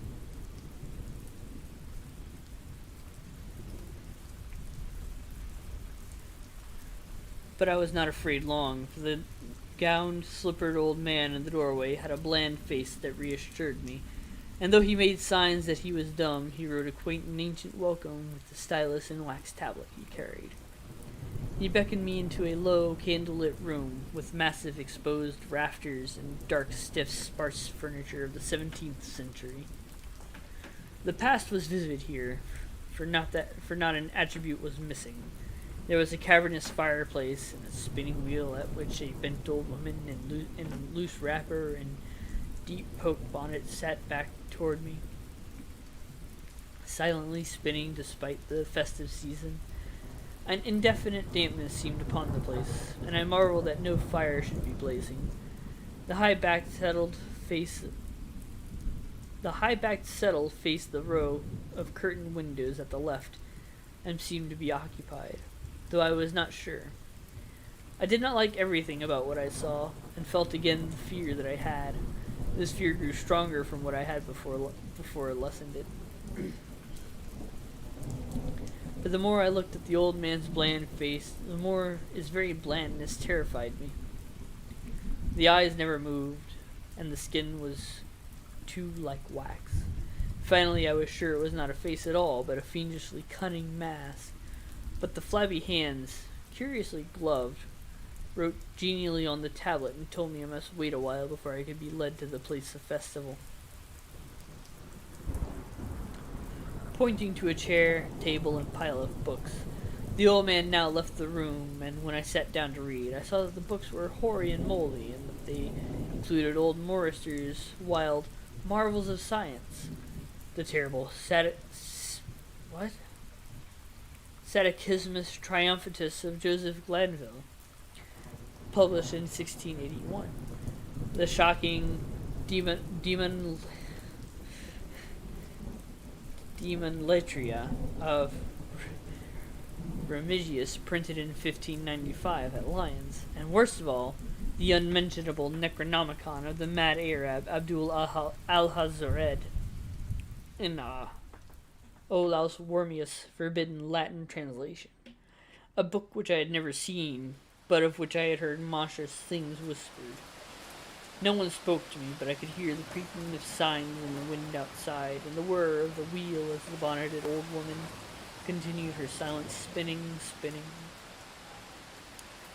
I thought the room and the books and the people very morbid and disquieting, but because an old tradition of my father's had summoned me to strange feastings, I had resolved to expect queer things. So I tried to read, and soon became tremblingly absorbed by something I found in that accursed Necronomicon, a thought and a legend too hideous for sanity or consciousness. But I disliked it when I fancied I heard the closing of one of the windows that the settle faced, as if it had been stealthily opened. It had seemed to follow a whirring that was not of the old woman's spinning wheel. This was not much, though, for the old woman was spinning very hard, and the aged clock had been striking. After that, I lost the feeling that there were persons on the settle, and was reading intently and shudderingly when the old man came back, booted and dressed in a loose antique costume, and sat down on that very bench that I could not see him. It was certainly nervous waiting, and the blasphemous book in my hands made it doubly so. When 11 struck, however, the old man stood up, glided to a massive carved chest in the corner, and got 2 hooded cloaks, one of which he donned, and the other of which he draped around the old woman, who was ceasing her monotonous spinning. Then they both started for the outer door, the woman lamely creeping, and the old man, after picking up the very book I had been reading, beckoning me as he drew his hood over that unmoving face or mask. We went out into the moonless and tortuous network of that incredibly ancient town, went out as the lights in the curtained windows disappeared one by one, and the dog star leered at the throng of cowled, cloaked figures that poured silently from every doorway and formed monstrous processions up the street, and that, past the creaking signs of antediluvian gables, the thatched roofs and diamond-paned windows, threading precipitous lanes where decaying houses overlapped and crumbled together, gliding across open courts and churchyards where the bobbing lanthorns made eldritch drunken constellations. Amid these hushed throngs, I followed my voiceless guides, jostled by elbows that seemed preternaturally soft, and pressed by chests and stomachs that seemed abnormally pulpy. But seeing never a face and hearing never a word, up, up, up the eerie columns slithered, and I saw that all the travelers were converging as they flowed near a sort of focus of crazy alleys at the top of a high hill in the center of the town. When I perched a great white church. I had seen it from the road's crest when I had looked at the Kingsport and the new desk, and it had made me shiver because Aldebaran had seemed to balance itself a moment on the ghostly spire. There was an open space around the church, partly a churchyard with spectral shafts and partly a half-paved square swept neatly bare of snow by the wind, and lined with unwholesomely archaic houses having peaked roofs and overbearing gables. Death fires danced over the tombs, revealing gruesome vistas, queerly failing to cast any shadows. Past the churchyard, where there were no houses, I could see over the hill summit and watch the glimmer of stars on the harbor. Though the town was invisible in the dark, only once in a while a lanthorn bobbed horribly through the serpentine alleys on its way to overtake the throng that is now slipping speechlessly into the church. I waited till the crowd had oozed into the black doorway, until all the stragglers had followed. The old man was pulling my sleeve, but I was determined to be the last. Then finally I went, the sinister man and the old spinning woman before me. Crossing the threshold into that swarming temple of unknown darkness, I turned once to look at the outside world and the churchyard, as the churchyard phosphorescence cast a sickly glow on the hilltop pavement. And as I did so, I shuddered, for though the wind had not left much snow, a few patches did remain on the path near the door, and in that fleeting backward look it seemed to my troubled eyes that they bore no mark of passing feet, not even mine.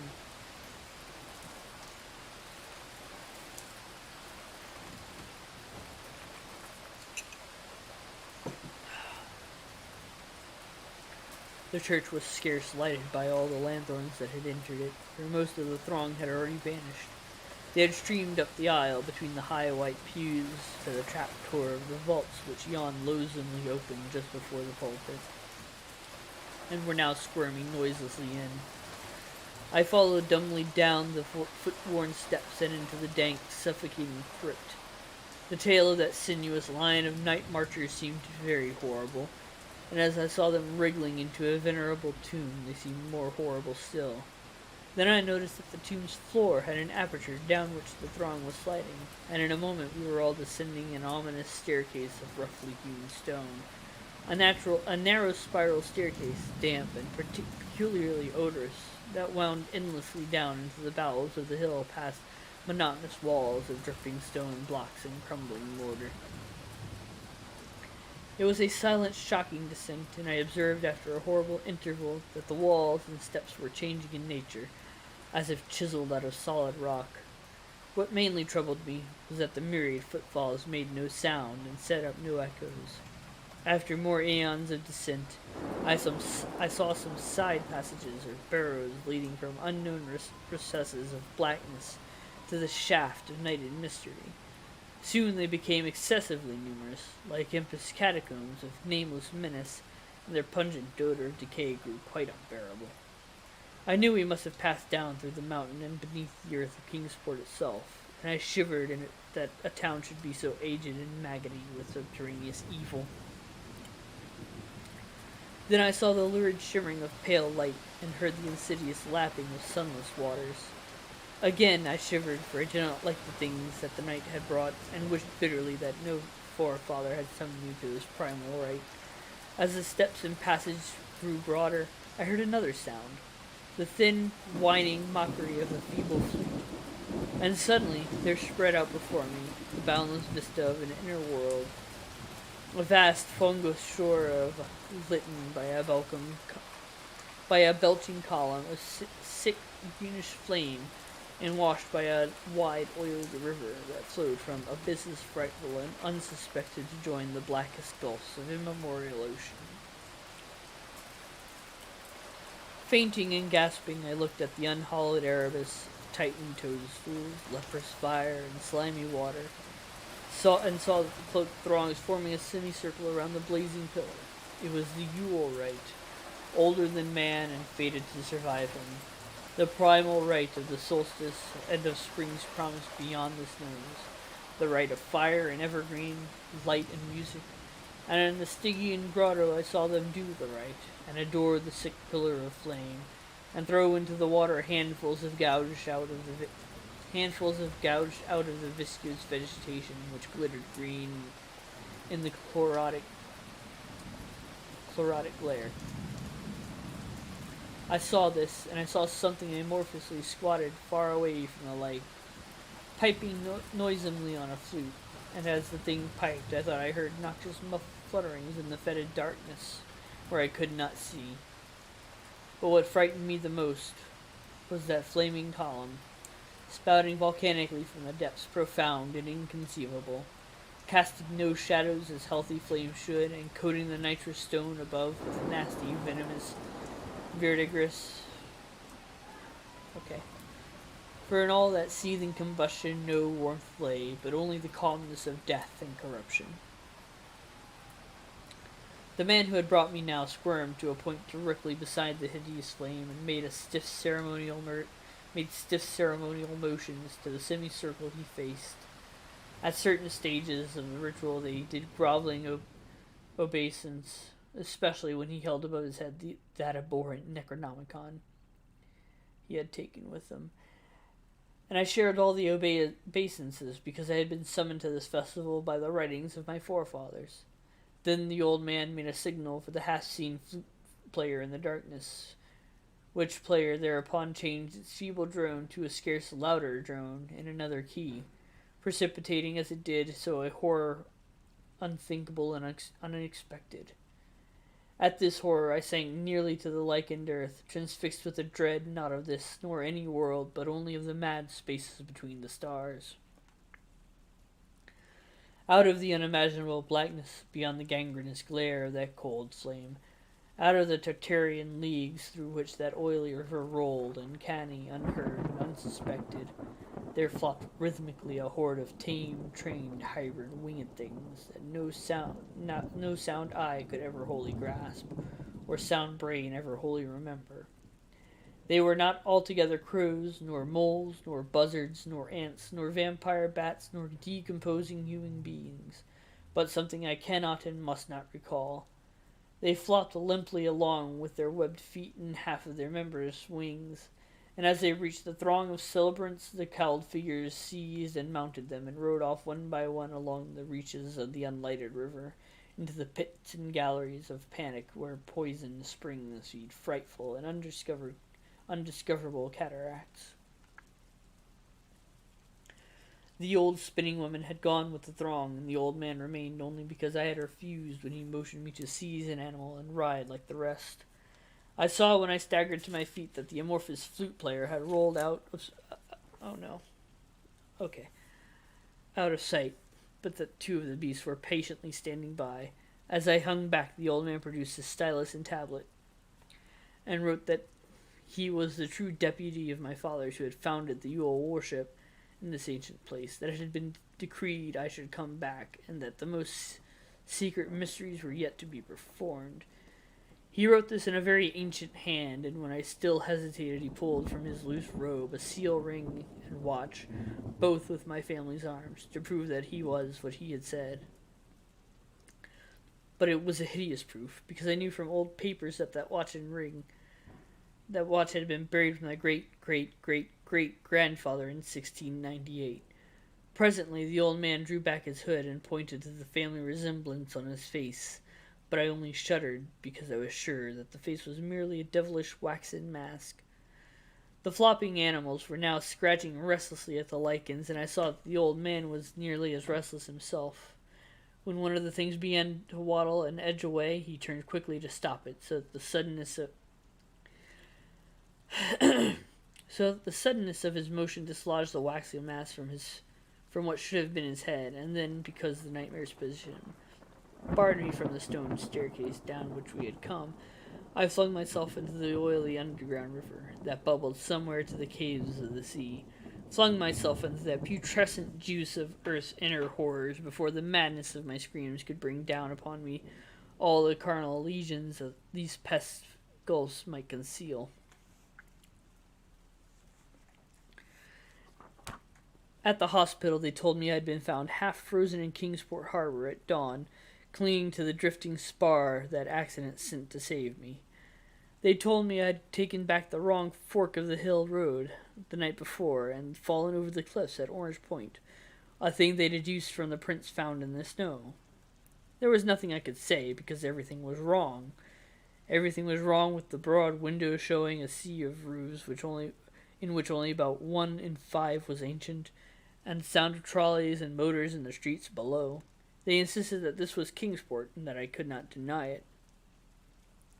When I went to Leary's at hearing that the hospital stood near the old churchyard on Central Hill, they sent me to St. Mary's Hospital in Arkham, where I could have better care.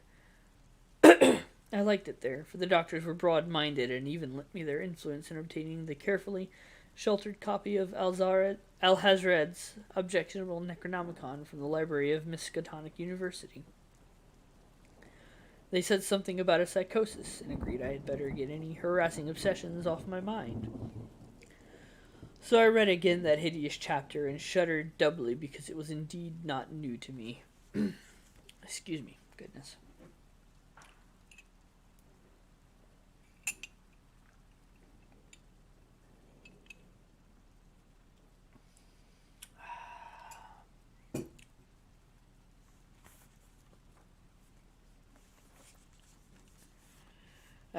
Here we go.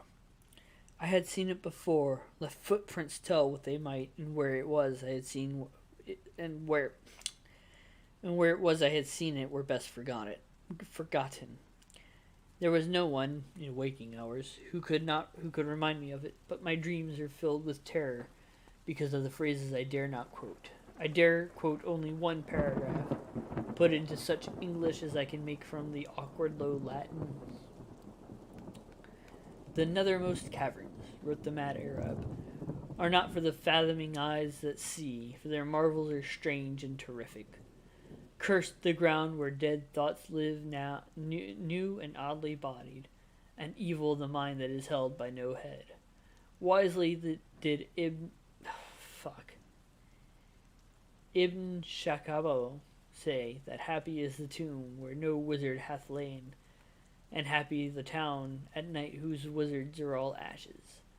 For it is of old rumor that the soul of the devil bought haste not from the charnel clay, but fats and instructs the very worm that gnaws, till out of corruption horrid life springs, and the dull scavengers of earth wax crafty to vex it, and swell monstrous to plague it.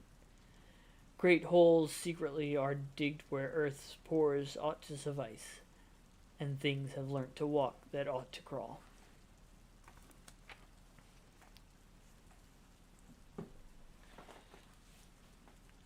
Alright. I can feel my voice giving out, so I'm going to go ahead and call that a night.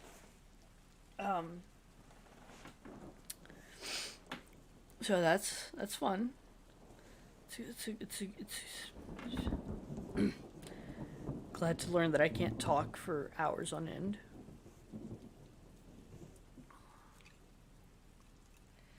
I'm gonna have to make some more tea.